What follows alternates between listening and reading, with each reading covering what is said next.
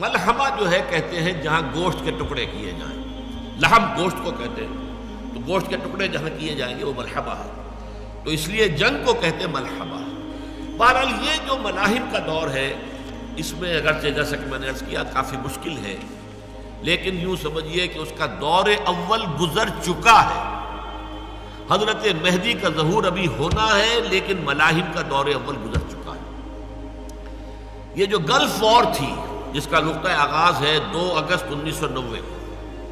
یہ ان ملاحم کا پہلا سلسلہ ہے کہ جس سے آغاز ہو چکا ہے۔ چنانچہ آپ کو شاید یاد ہو کہ اس وقت صدام حسین نے کہا تھا، یہ جو بدنام زمانہ صدام حسین ہے، کہ یہ جو جنگ ہے یہ ہم المحارب ہے، جنگوں کی ماں ہے، اس کے بطن سے اب جنگوں کا ایک سلسلہ جو ہے برآمد ہوگا۔ ظاہر بات ہے وہ کتنا ہی برا انسان ہے جو بھی ہے، عرب تو ہے نا آخر، لہٰذا ان چیزوں پر اس کی نگاہ ہے۔ بلکہ میں نے اس زمانے میں بتایا بھی تھا، میں امریکہ میں تھا ان دنوں، جبکہ غالباً جان رادر جو ہے ایک بہت بڑا جو انٹرویو لینے والا ہے امریکن ٹیلی ویژن کا، وہ وہاں گیا ہوا تھا، اور اس نے جو انٹرویو لیا ہے تو عجیب نقشہ میں نے دیکھا تھا کہ صدام حسین کے پیچھے جہاں وہ بیٹھا تھا جو کتبہ لگا ہوا تھا دیوار پر، وہ قرآن مجید کی آیت تھی، بل نقذف بالحق علی الباطل فیدمغہ، ہم حق کا کوڑا دے کر مارتے ہیں باطل کے سر پر جو اس کا بھیجا نکال دیتا ہے۔ یہ آیت قرآن کی، یا اللہ، یہ ظاہر بات ہے عرب لوگ ہیں، قرآن سے واقف ہیں،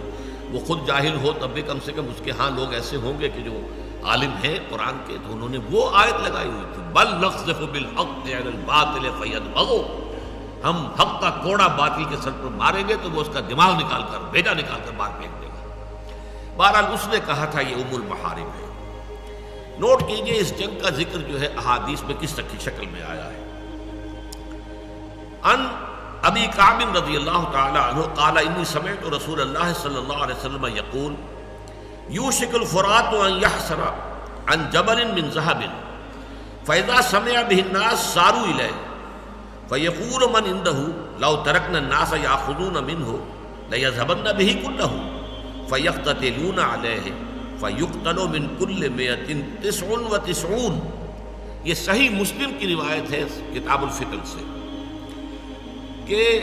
فرات سے مراد یہاں پر ہے ملک عراق۔ عراق میں سونے کا ایک پہاڑ ظاہر ہو جائے گا،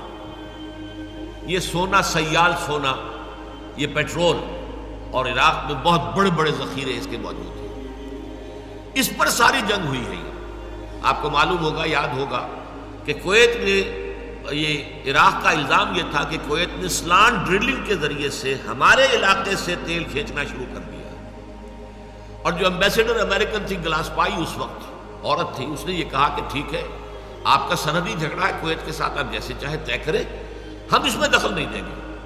بس یہ دام تھا جس میں یہ صدام آ گیا، یہ در حقیقت جال تھا اس کے لیے جو پھیلایا گیا تھا، اس کی قوت کو کچلنا مقصود تھا۔ اس نے اسی بھروسے پر کہ امریکہ نے تو مجھے گویا کہ گرین سگنل دے دیا کہ we have nothing to do with it, یہ آپ کا بارڈر ڈسپیوٹ ہے، گو ہیڈ، لہذا وہ اس جال میں پھنس گیا، اور پھر جو اس کا تہس نہس ہوا ہے وہ آپ کو معلوم ہے۔ لیکن فیصلہ یہی تھا، معاملہ اصل یہی تھا، جھگڑا یہی تھا، تیل کے اوپر جنگ ہوئی ہے۔ اور یہاں بھی یہ فرمایا گیا ہے کہ ہر 100 میں سے 99 مارے گئے۔ تو واقعہ یہ ہے کہ جب ان فوجوں کی واپسی ہو رہی تھی کویت سے، تو آپ نے وہ دیکھا ہوگا ٹیلی ویژن میں بھی سین، کہ پوری سڑک جو ہے کویت سے لے کر آ کے بغداد تک جو ہے اسے قبرستان بنا دیا گیا۔ تمام ٹینک، تمام لاریاں، تمام ٹرک، تمام کاریں جس طریقے سے وہ تہس نہس کی گئی ہیں، ایک ایک شخص مرا ہے۔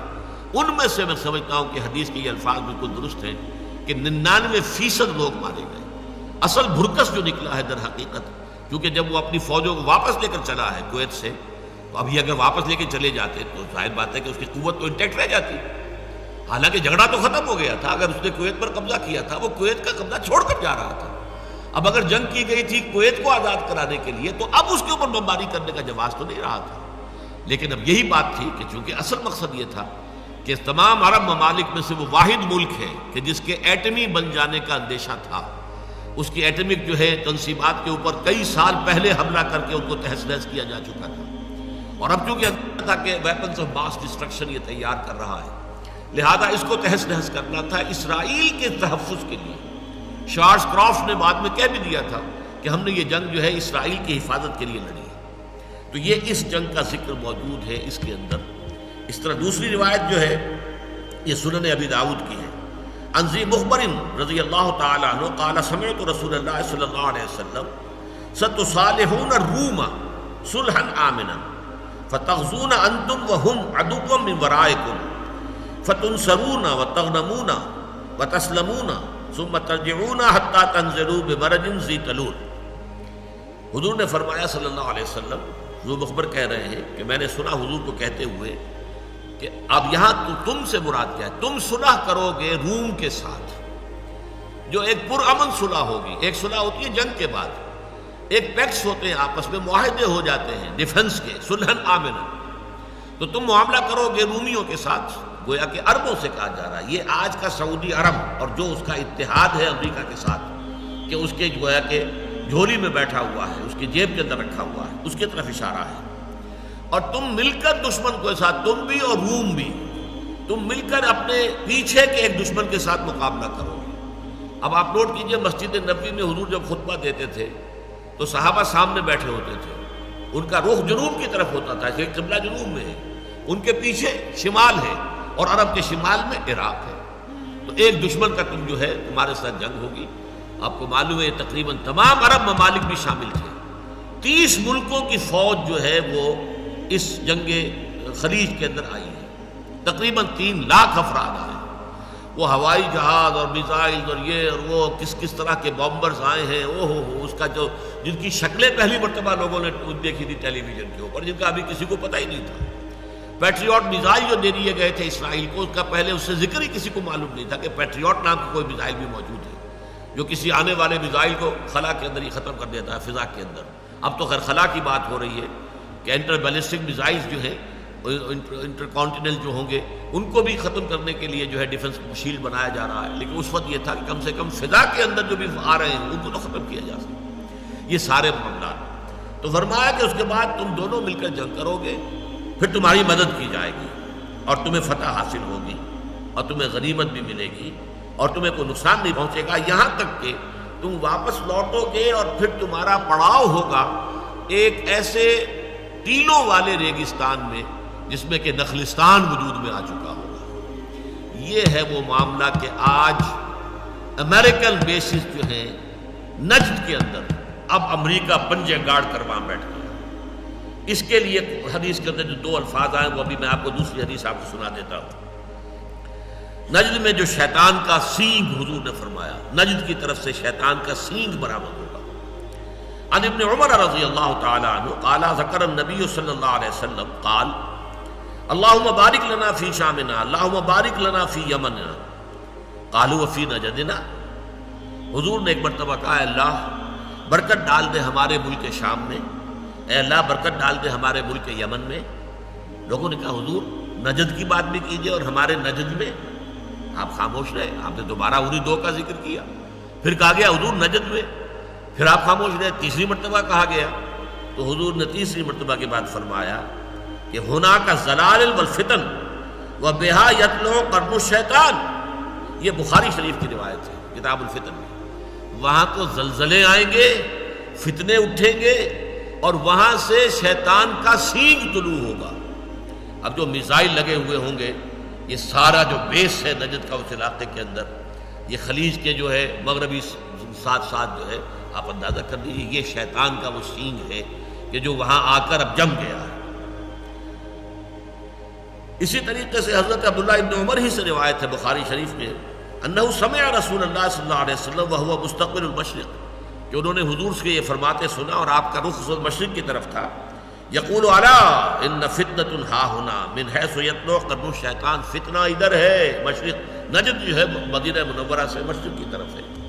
یہاں سے فتنہ برآمد ہوگا اور یہاں پر سے شیطان کا سینگ جو ہے وہ برآمد ہوگا۔ بہرحال یہ جنگ جو ہے جس طریقے سے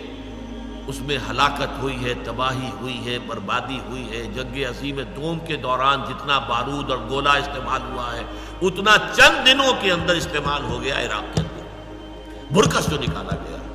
اب اس کا ذکر جو ہے وہ احادیث کے اندر میں اب نہیں جا سکتا زیادہ تفصیل میں، بلکہ یہ کہ میں تو نوٹ کر کے لایا تھا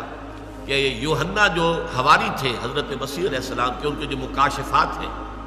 جو revelations, book of revelations of Jones revelations, یہ آخری باب ہے انجیل کا، تورات کا، یوں سمجھیے ٹیسٹمنٹ، اولڈ ٹیسٹمنٹ اور نیو ٹیسٹمنٹ، تو نیو ٹیسٹمنٹ کا آخری باب یہ ہے، اس میں جو نقشہ کھینچا گیا ہے، تو واقعہ یہ ہے کہ میں اچھا ہے آپ کی دلچسپی کے لیے پڑھ کے سنا دوں کہ وہاں جو ان کے مکاشفے کے اندر آیا کہ جو تباہی ہونے والی ہے، اور مجھے اس رویا میں گھوڑے اور ان کے ایسے سوار نظر آئے جن کے بختر آگ اور سنبل اور گندھک کے سے تھے، اور ان گھوڑوں کے سر ببر کے شیر ببر کی طرح تھے، اور ان کے منہ سے آگ اور دھواں اور گندھک نکلتی تھی۔ اب ظاہر بات ہے کہ اس زمانے میں یہ ٹینک کا تو کوئی تصور نہیں ہو سکتا تھا، یہ گھوڑے ہیں نا، گھوڑوں کے اوپر جا رہے ہیں، یہ بختر بند گاڑیاں ہیں، گھوڑے ہیں، اور ان کے منہ سے گندھک اور آگ نکل رہی ہے، جو بھی گولہ باری نکل رہی ہے اس سے،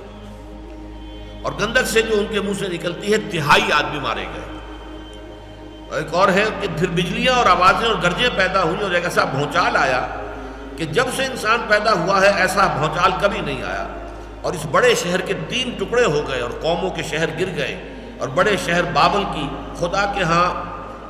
یاد ہوئی تاکہ اسے اپنے سخت غضب کی مے سے کا جام پلائے۔ اب یہاں 3 ٹکڑے ہو جانا جو مراد ہے، آپ ہمیشہ دیکھتے ہوں گے ٹیلی ویژن پر، عراق کا جب آتا ہے ملک کا 3 حصوں میں ہے۔ نارتھ میں نو فلائی زون ہے، عراقی جہاز کوئی اس میں فلائی نہیں کر سکتا۔ ساؤتھ میں نو فلائی زون ہے، درمیان میں ایک پٹی ہے کہ جہاں پہ عراق کو اپنے ہوائی جہاز اڑانے کی اجازت ہے۔ 3 حصوں میں عراق منقسم ہو چکا ہے، اور یہ گویا کہ شہر بابل جو ہے پرانا نام ہے اس ملک کا، بیبیلونیا، نبوکڈ نظر یہی کا بادشاہ تھا جس نے کہ اینٹ سے اینٹ بجائی تھی یروشلم کی 587 قبل مسیح میں۔ یہ ہے خلیج کی جنگ، جس سے کہ یہ ملاحم کا دور شروع ہو چکا۔